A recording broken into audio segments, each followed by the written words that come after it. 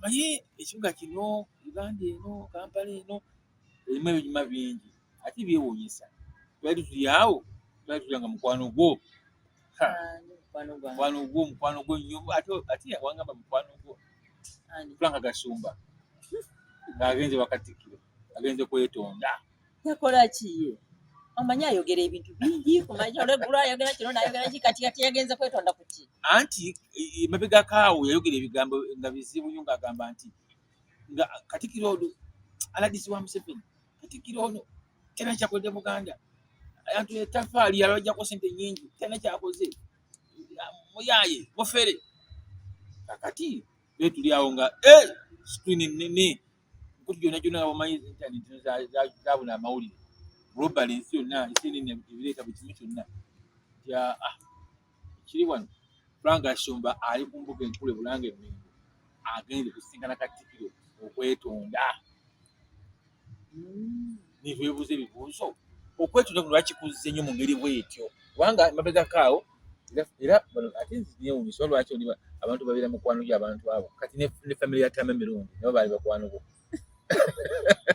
Lwe tuli awo family ya Tama Emirundi nga nayo egenze embuga okwetonda olwa Tama Emirundi omugenzi yali senior president advisor ku by'amawulire okufa naye nga yali naye ayogera Buganda ne Katikkiro ebikikiniki.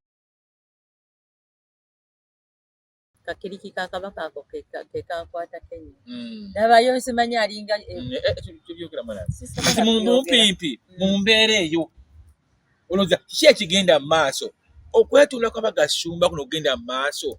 kwa buntu kuba Katikkiro atugamba mbu Kabaka yamugamba abantu babagala okwetonda munaye okwetonda kya buntu kati gwe nga gwe munnabyabufuzi kwa buntu okwetonda kuno kwa kuferaafera bane bye bayiseewo nga bannabyabufuzi ntuloze ntino kati bali bumu naffe balokose ddi Bagasumba bano. Gasumba bino by'Uganda mbu yagamba Katikkiro talina byakoze aladisi wa Museveni ettaffaali yali solooza talina kyagasiza. Ekikulu kiri kimu bagamba nti ekita kitava ku Sengejjero, ekitava ku Sengejjero kifuuka Wankindo. Kati Katikkiro afuuse Wankindo kulemerako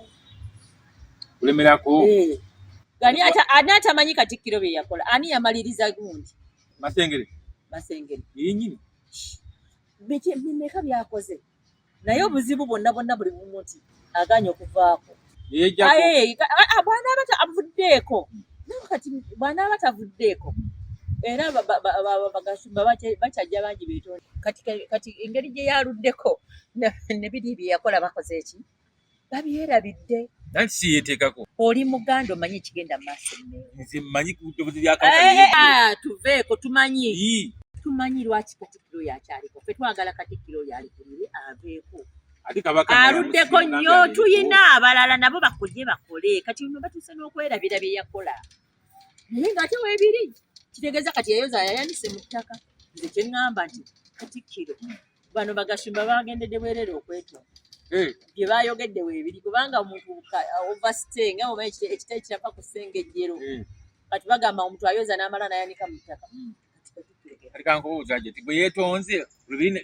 olina bifuuka ebibi ebirungi yemugamba nti aluddewo nnyo kati yeetonze kati abeerewo kitegeeza lwaki yabadde afulumya ebintu ebyo biri ande afulumya yayogedde ensonga yagambye bw'ati yagambye nti bannange mutusaasire tuna stress nnyingi mu ggwanga wano kati oluusi tuvaako kati omusajja kugambye abadde avaako stress nyingi mu ggwanga gatagamba gwe byogera gwewaayiriza agoma kwekansa yafulumiza atugambye nti yabadde atamidde ne wooba otamidde n'okola Twitter wanda bategedde omuntu yakoze Twitter akola Twitter nga byavaawo anti kakati waba anti okwetonda kyabwe kasobeera muntu ng'oli muntu w'amaanyi tewali muntu oli mu kamera ng'ofulumya ekintu kibeerako ne base banazanga emisango weetonda ki oli mu kamera ekintu kitandise social media ng'ogamba nti kiki nze kankulageeko nebyo tebikola makulu nze kankulageeko ekintu kimu twatuuka wano nga ojjukira omusirikale gwe baakuba ne bagamba nti bakubye ejjinja Aliongo mu kibuga kwagwa Babesigye kati bwe baali bali mu kusaba omukulu wa Ochola by then yali wa police yali assistant nga Kayihura akyaliko yali nga assistant Kayihura yagenda n'agamba bali mu church n'agamba we have drawn a red line kati ffe twekalakaasa ne tugenda tumubuuza annyonnyole red line the team withdraw the statement oyinza tugamba you have drawn a red line police eri 60% wananchi you have drawn a red line wali otegeeza ki the team withdraw the statement abakutte bubi ababiki yamanyi station gye yakola si kye yabadde ategeeza naye bannamawulire okimanyi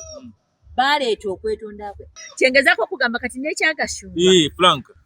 kyafulumye kasa kifuuyibwako empewo kati abantu balina kwetonda kati kize kyengezaako okugamba Katikkiro atuuse okulwana n'ensi kati ate alwana bamwetumira bwetonde kale baafulumiza byaki ebyo ku mawulire baafulumiza byaki oli Kashumba yafulumya byaki okoze kino anti Kashumba yagambye ye bw'oyogera ffe tukootinga Twitter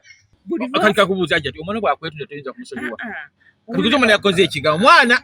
Hajjat olina abazzukulu olina n'abaana singa muwala wo teyeetonda nankuba oluyi nga mwana mukulu najja nankuba oluyi najja naneetondera tosonyiwa kyogamba Hajjat tosonyiwa kati ekyagashumba yeetondedde Katikkiro Katikkiro yaganye yamusonyire bali mu kasindikeeti be bamanyi naye ffe Kashumba yamaze okwogera ekituufu n'agamba kiki kyoliko oluddeko nnyo biki byokozere awo kiraba teyabadde amugamba kyengezaako okugamba yabadde ayogera yabaddewo kikyamu taluddeeko nnyo Kashumba yabadde atamidde ng'afulumya statement si bikadde